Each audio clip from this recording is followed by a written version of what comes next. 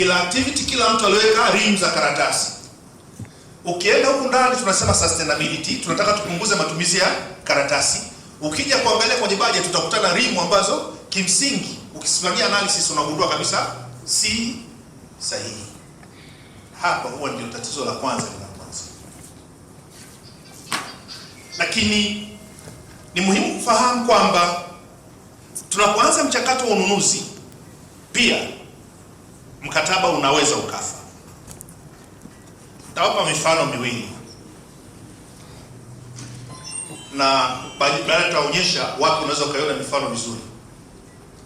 Taasisi ya umma ilikuwa inataka kujenga cafeteria hapo Kilimanjaro. Sitataja kwa sababu za yenyewe bado iko hai. Unaenda kwenye bid data sheet ambayo kimkataba ni sehemu ya kiambatisho cha mkataba. Anasema kufanya site visit ili tukajue hilo jengo linajengwa eneo gani. Wameandika not applicable.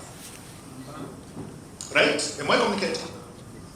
Then umeenda hatua ya pili, wanasema basi pre-bid meeting ili kama kuna mtu ana mashaka aulize tuweze kualign uelewa. Mtu ameandika not applicable. Alafu akaenda hatua nyingine akasema post qualification, kwamba hebu tufanye due diligence ili tumfahamu huyu mtu ambaye anakuja kufanya kazi. Nayo kaandika not applicable. Viongozi, unaona mkataba ukitembea. Unaweza kiongozi ukasubiri mwanzo kwenye utekelezaji wa mkataba, unaona shida, kumbe kimsingi mkataba ulikufa tangu siku mnatangaza sana.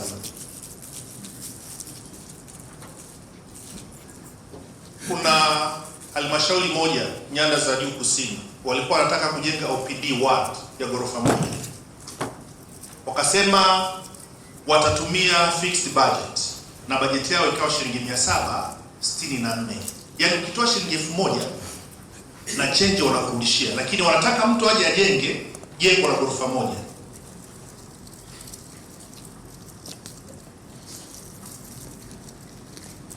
Unasubiri kwenye utekelezaji ndio ufeli, ama tulifeli tangu mwanzo? And this goes back to the question, lini mkataba wa ununuzi unaanza? Mimi natoka ERB. Natamani kuwapa ujumbe mgumu kwamba section 43 ya sheria ya ununuzi wa umma imezungumzia juu ya independence of powers and functions, na kila mtu amepewa majukumu yake kimkataba. Afisa masuuli kwanza atasaini mkataba, lakini afisa masuuli atabeba dhima ya kuhakikisha anasimamia utekelezaji wa mkataba. Lakini ili atekeleza hayo kwa ufanisi, majukumu hayo yamekasimiwa pia kwa watu wengine. User department ndiye atakayetoa tafsiri ya mahitaji yake ambayo yataingia kwenye mkataba. Ni zaidi ya kupanda miti. Mazingira ni zaidi ya kuripoti juu ya garbage collections.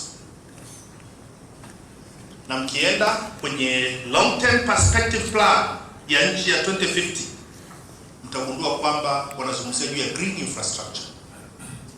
Green infrastructure.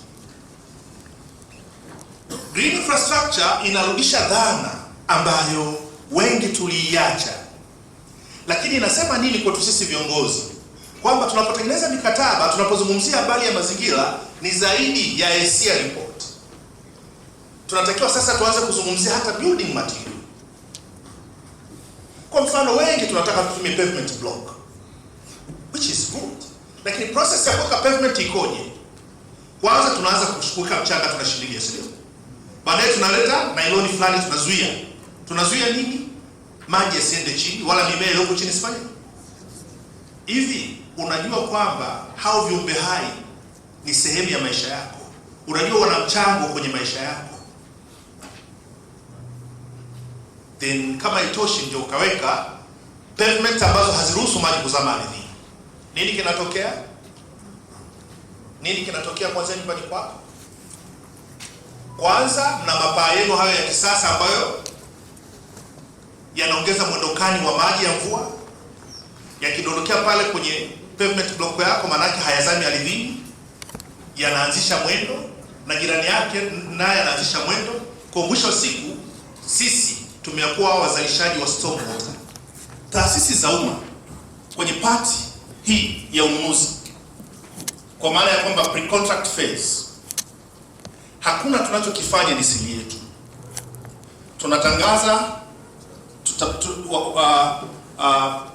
kwa maana ya manispaa, kwa maana ya majiji, kwa maana ya mamea, kwa maana ya baraza la madiwani, wataidhinisha mpango wa ununuzi wa mwaka. Mkishaidhinisha, unapandishwa kwenye NeST, unakuwa unapatikana kwa umma. Na kwa sababu unapatikana kwa umma, maana sio siri yenu tena. Mkianza process ya ununuzi, mkitangaza zabuni, nayo inapatikana kwa umma. Mkifungua zabuni, nayo umma unaona. Mkisaini mkataba, pia umma unaona. Kwa maana yake ni nini? Kiwango cha uwazi kwenye mikataba ya ununuzi wakati mwingine kinaweza kikaleta changamoto kwetu sisi kama wadau wa ndani ambao tunadhani umma haujui. Na nalisema hili in connection with concept mpya ya citizen driven accountability. Tunatamani tupate kazi ama bidhaa inayokidhi viwango vya ubora vilivyokusudiwa. Na ikumbukwe, niliposema mkataba wa ununuzi unaanza lini, nikasema pre-tender process. Kule ndiko tunaposeti viwango vya ubora. Kwa kazi za majenzi, viwango vya ubora vinatengenezwa na michoro ya architecture, vinatengenezwa na michoro ya kihandisi kwa maana ya structural drawings, be it electrical drawings, be it service sort of drawings, lakini pia vinatengenezwa na BOQ. A combination of those at minimum, kutegemeana na complexity ya ujenzi, ndio inatengeneza viwango vya ubora vya kusimamia wakati wa utekelezaji wa mkataba wa ujenzi. Ikiwa ni bidhaa, viwango vya ubora vinatengenezwa na specification tulizosomeka. Lakini kama ni kazi za ushauri, viwango vya ubora vinatengenezwa na hadidu za rejea. Na kama ni kazi zisizo za ushauri, wanasema viwango vya ubora vinatengenezwa na statement of requirement, ambayo hii inatengenezwa na idara tumizi wakati wanaomba kununuliwa bidhaa. Ndio maana nikasema mkataba unaweza kuharibika mwanzo hata kabla ya kusaini mkataba. Kwa tunapokuja kwenye utekelezaji, kwenye viwango vya ubora hatuvitengenezi, ila tunatumia vile ambavyo vilitengenezwa tangu mwanzo. Kwa hiyo ndio kazi kubwa tulionayo kama contract management team. Kwenye kazi za majenzi, viwango vya ubora vinapimwa. Ndio maana kuna sehemu unaona kuna mabati yanatakiwa yaondolewe, atafutwe mkandarasi amoe mabati yake, alete mabati mapya, kwa sababu serikali ina viwango vya ubora vya bati. Serikali ina viwango vya ubora wa tofali. Serikali ina viwango vya ubora vya mbao.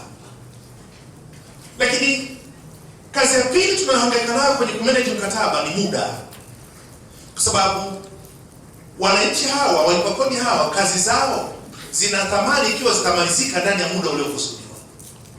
Kwa hiyo contract management process itatulazimisha tuangalie muda kama critical factor. Na tunapoenda kumanage mkataba nje ya muda, manake ni kwamba tunaongeza gharama pasipo na sababu, in two perspective. Lakini pia muda hatuutambui hapa. Muda tunautambua kwenye pre-tender process, kwa maana ya kwamba kule ndio unaulizwa, hivi mkataba, utekelezaji wa mkataba huu unategemea utumie muda gani? Unaandika 6 months ujenzi wa jengo. Wewe umekaa umesema unataka miezi ngapi? 6. Then inapokuja kwenye utekelezaji ikaonekana jengo limejengwa kwa mwaka 1.5, inaonekana tumetekeleza nje yake. Do we sit down and synthesize critically? Most of the time kwenye supply chain tunatumia continuous contract. Maana yake ni nini? Muangalie huyu mfanyabiashara, vendor, kama mlipa kodi. Muangalie kama mlipa kodi. Muangalie kama mtoa ajira. Muangalie kama mtu ambaye anaandaa kesho yako. Utakapotoka kwenye utumishi unaweza ukaenda akakuajiri pia. Ukianza kuwa na jicho hilo, utaanza kutafuta an equilibrium point, ili tusiwe na bei ambayo tunahakikisha hapati faida, na kwa hiyo asipopata faida maana yake halipi nini? Halipi kodi. So the moment unaanza kufikiria hivyo into consideration, ndio maana kuna some of the contracts zinataka disclose faida anayokusudia kuipata, ili mnegotiate kiwango cha nini? Cha faida. Kwa nini? Tuna manage relationship. Ndugu zangu, kwenye usimamizi wa mikataba ya ununuzi wa umma, we don't manage contract clauses, but we manage relations as well. Ni process muhimu sana kwamba hakikisha kwamba kila changamoto inayotokea wakati wa kusimamia utekelezaji wa mkataba iko properly recorded. Hii itasaidia kuonyesha trend ya huyu mtu tunayefanya naye kazi, lakini pia service provider awe notified kwa kila tatizo kwa njia sahihi na mtu sahihi. Lakini ili mkataba uwe na ithibati ya utekelezaji, ni lazima kuwe na performance guarantee. Performance guarantee. It may be a declaration kwa wazabuni wa ndani na value ya contract, but it may be insurance cover, ama inawezekana ikawa ni bank guarantee. Viongozi, both advance payment guarantee na performance guarantee viko pale kukuhakikishia usalama wako kwenye utekelezaji wa mkataba. Wajibu wako ni nini? Please confirm to original issuer wa hiyo guarantee. Confirm. I'm saying confirm. Lakini pia uwe makini na muda wa kuexpire. Inaweza ikaisha muda wake mkasahau kufanya kuextend, mkajikuta hamko covered. Na ni vizuri kujua, bahati mbaya tulionayo, modification ama amendment ya existing contract sasa inahitaji vetting ya Attorney General. Kwa hakuna shortcut. Kama mnataka kufanya marekebisho ya mkataba mliokwisha sign, ofisi ya mwanasheria mkuu wa serikali itayafahamu tunayotakiwa kufanya marekebisho. Tunapofunga mkataba, yapo mambo kadhaa ya kuzingatia. Kwanza, this is an administrative procedure, ambapo ni lazima kama ni bidhaa tujiridhishe bidhaa zote zimepokelewa. Na kupokelewa ni kitu kimoja, zimekubaliwa. Lakini check if report zote zipo. Lakini angalia pia kama payment zimekamilika, ili performance guarantee zirudishwe kwa service provider. Lakini angalia kama kuna issue yoyote ambayo imebaki open, imekuwa addressed. Once again, naomba niwashukuru sana kwa opportunity mlionipa, lakini mimi ni mtumishi wa umma na nasema haya kwa unyenyekevu sana. Na ndio maana nilipojitambulisha nikasema kituo changu cha kazi mpaka asubuhi ya leo. Kwa sababu gani? Inawezekana kesho kanikuta kwenye halmashauri.